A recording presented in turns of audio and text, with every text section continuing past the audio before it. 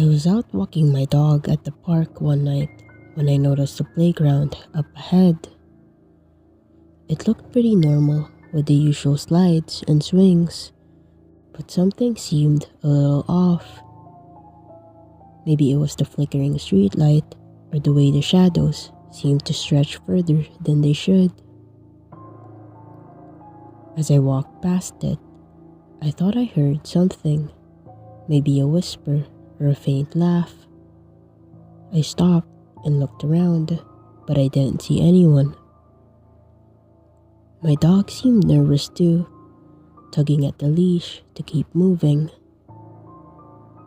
Curiosity got the better of me, so I walked over to the playground to take a closer look. That's when I saw it. One of the swings was moving, not just a little from the wind, but as if someone had just jumped off. I figured it was probably just a kid playing around, so I shrugged it off. But as I turned to leave, I heard it again. This time, it was clear. Laughter coming from the slide. I walked over to check it out, but the place was empty. Just the rusted metal and creaky equipment. My dog was pulling at the leash harder now, clearly spooked. I decided it was time to head home. As I was leaving, I glanced back one more time, and that's when I saw a figure at the top of the slide. It was a man, just sitting there, looking right at me. He wasn't moving, just staring with this intense, creepy look. I froze for a second, unsure what to do. But then my dog started barking like crazy, and I snapped out of it. I hurried away, trying not to look back. My heart was racing, and I couldn't shake the feeling that I was being watched. Once I got home, I locked the doors and tried to calm down. I never found out who that man was or why he was at the playground. But now, every time I walk past that place, I get this uneasy feeling, like something's not right, and I haven't taken my dog there after dark since.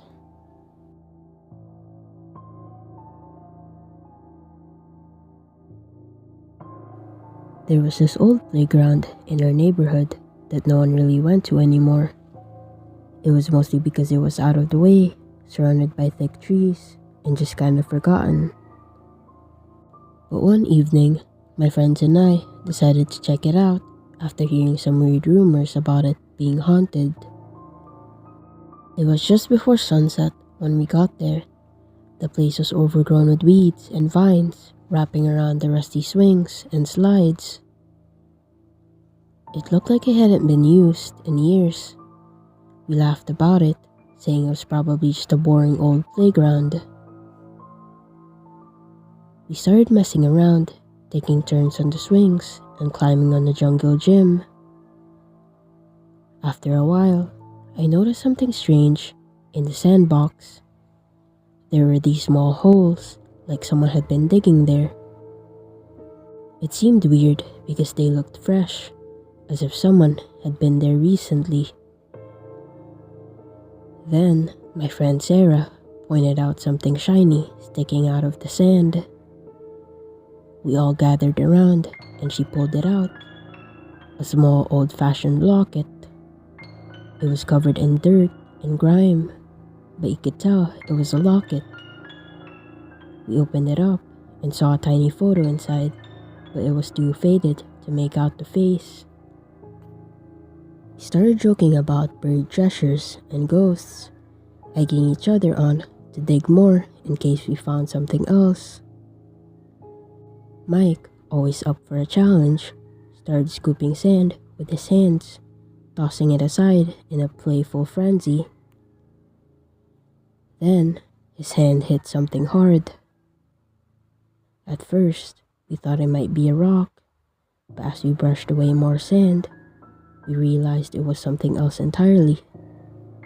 It was a bone, then another one, and another. We found a pile of bones buried under the sand. We froze, staring at them in shock. I felt my stomach drop. This wasn't a joke anymore. Someone suggested we needed to call someone, and we all agreed. As we stood there, the reality of the situation sunk in. There had been rumors about a serial killer who operated in our town decades ago, but it had always seemed like something out of a horror movie, not real life. The killer had never been caught, but the cases remained unsolved. But now, here we were, standing in an old playground with bones that probably belonged to one of the victims.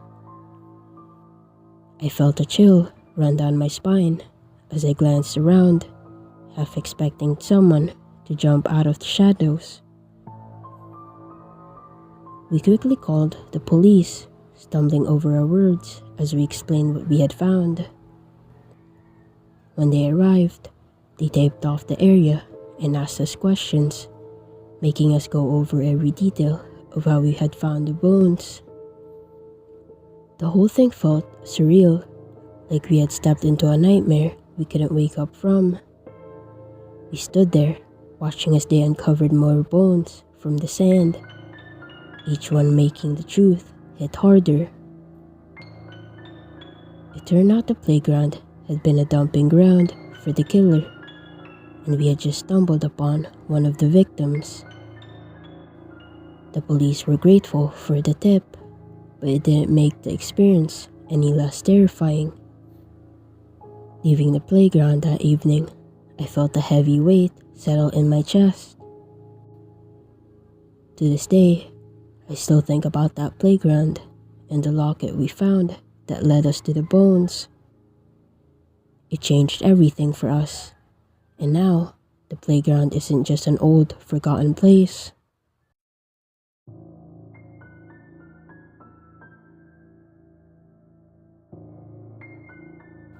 The playground near my house was old and run down, but my friends and I still liked hanging out there. We would go after school sometimes to unwind and mess around before heading home. One day, my friend Alex dared us to play hide and seek. The place was perfect for it, with lots of hiding spots among the rusty equipment and thick bushes.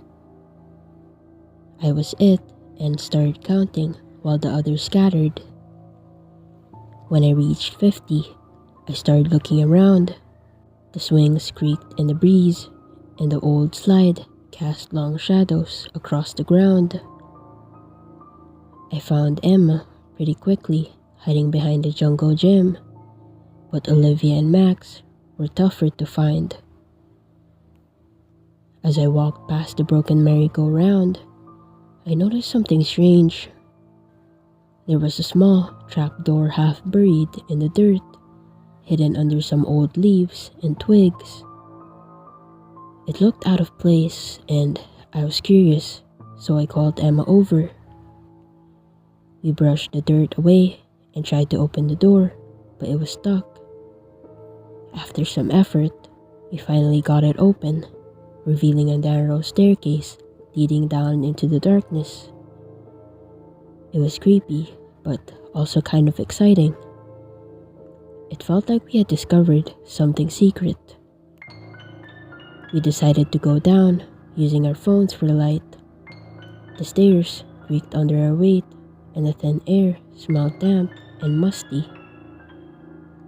As we reached the bottom, we found ourselves in a small cramped room.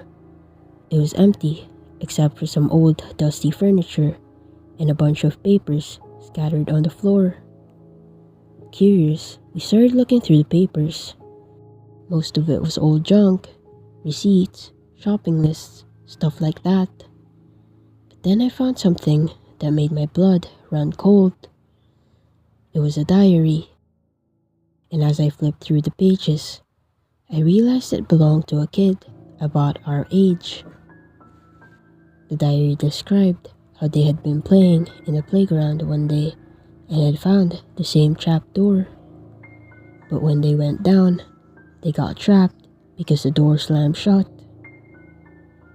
They wrote about trying to call for help, but no one heard them. Emma and I exchanged nervous glances. The diary's last entry was dated years ago, and it ended with the kid talking about being hungry and scared, hoping someone would find them soon.